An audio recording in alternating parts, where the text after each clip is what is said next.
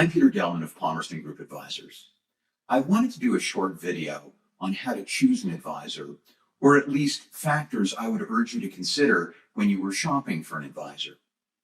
A marketing research firm, Spectrum, recently surveyed investors and asked them what their top factor was in choosing an advisor. The top three answers were expertise, 37%, ethical, 25%, and accountable, 9%. I think the marketing got it right. Expertise, trustworthiness, and accountability are the big three things to look for. If you're thinking about hiring an advisor, you're paying for ongoing advice, hopefully good, valuable, continuing advice in a relationship that will last many years.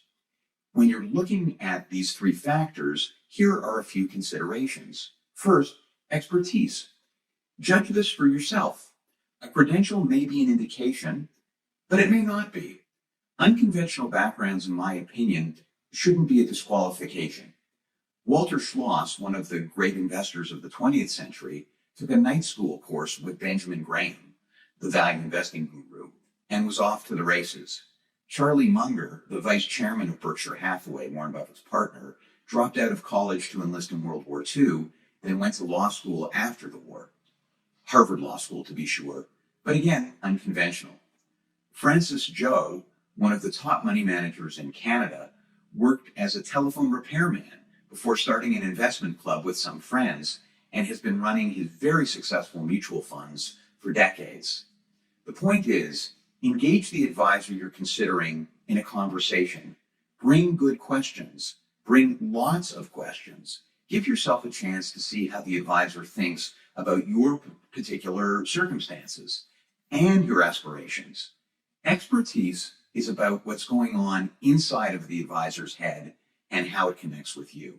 Ideally, again, you want a long-term relationship where you'll get guidance and hopefully wisdom all along the way. So expertise also has to be delivered in a way that connects with you intuitively and emotionally. Examine for yourself how the advisor applies knowledge to your situation, how he or she connects it to your world.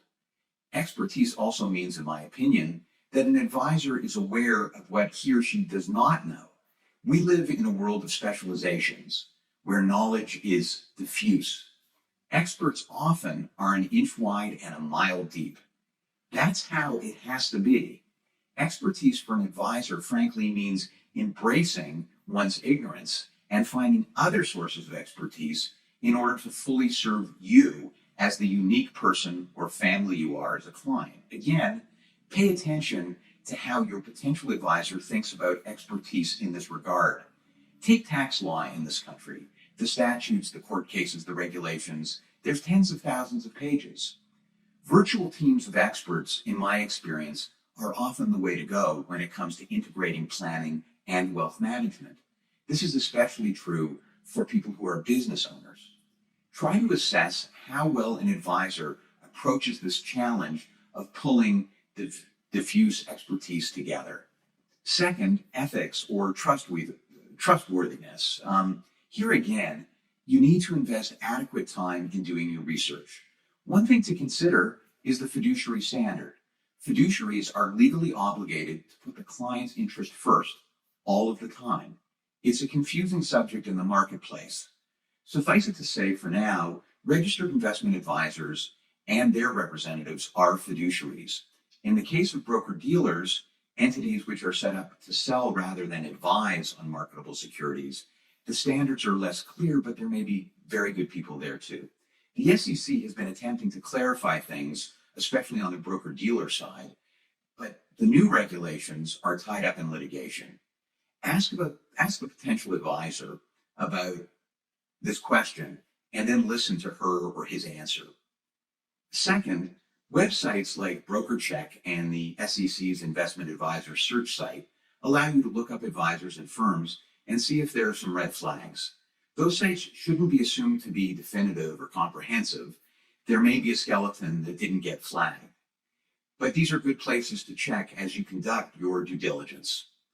When it comes to trustworthiness, also find out about the custodial services used by the advisor. Virtually all good custodians give you, the client, direct 24/7 access to your account, as well as the option for you to receive alerts on account activity like trading. This kind of transparency and this kind of record keeping by the custodian, the independent custodian, are important consumer protections. When you interview an advisor, consider having someone you trust participate with you. Having a second opinion may be helpful. Advisors are basically barred by regulation from publishing client testimonials. But if you happen to know a current client of the advisor, asking that client for an assessment of the advisor certainly is fair game. Finally, ask the advisor about accountability. In my opinion, accountability is largely about responsiveness. Ask the advisor about the ongoing process of planning and advice as you and your family progress through life, and how that process will ensure that you receive timely advice. Hopefully, focusing on these three areas will help you make better decisions. Thanks for watching.